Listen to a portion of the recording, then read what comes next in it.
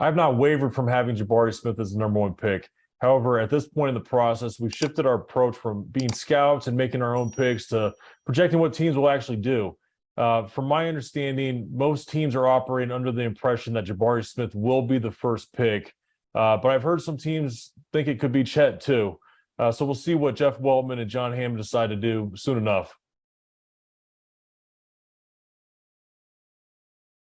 We currently have Chet Holmgren at number 2, but I'm not overly confident that's how it will actually unfold. For starters, will Oklahoma City even stay put at this pick? As Sam Presti is known to be a wheeler and dealer. Could they take Banchero or even Jaden Ivey? I also heard Holmgren has not provided teams, or at least most teams, medical information and did not do the NBA's heart screening. That suggests one of two things. His agents are trying to manipulate the draft and direct him to a specific spot. Which is probably the most likely scenario. I don't know which team that would be, though.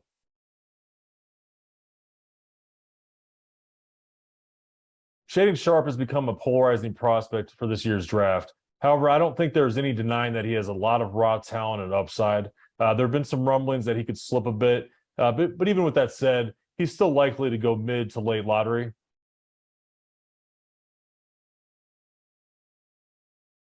The Spurs have a lot of young pieces on the perimeter, but I think they need to address their front court. I've also heard they do have interest in Sochan.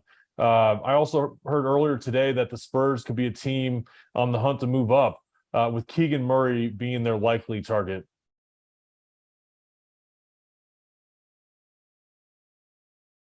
Rumors are flying that Ousmane Dieng has a guarantee, and he did receive an invite to the green room.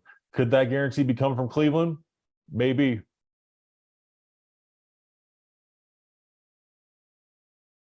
I was a little surprised by some of the international players who decided to stay in the draft, as I expected guys like Yannick Zosa, Ibu Baji, and Matteo Spinolo to pull their names out.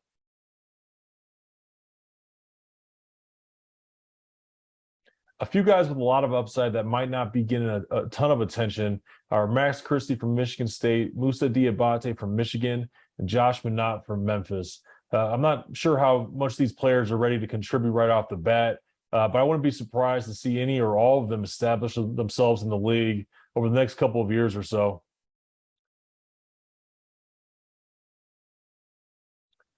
At this point in the pre-draft process, I think teams and the media are generally pretty aligned. Of course, it only takes one team to take a player higher than expected to make all of our mock drafts look questionable.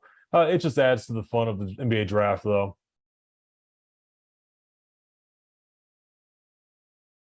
Oh, of course, I always expect there to be movement on draft night.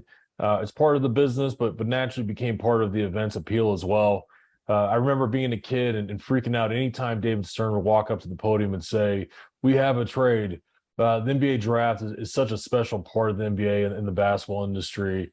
I'm very fortunate to be involved in something that I've loved since I was a kid. And this year, I'll be in New York for the draft, and I can't wait. See you soon.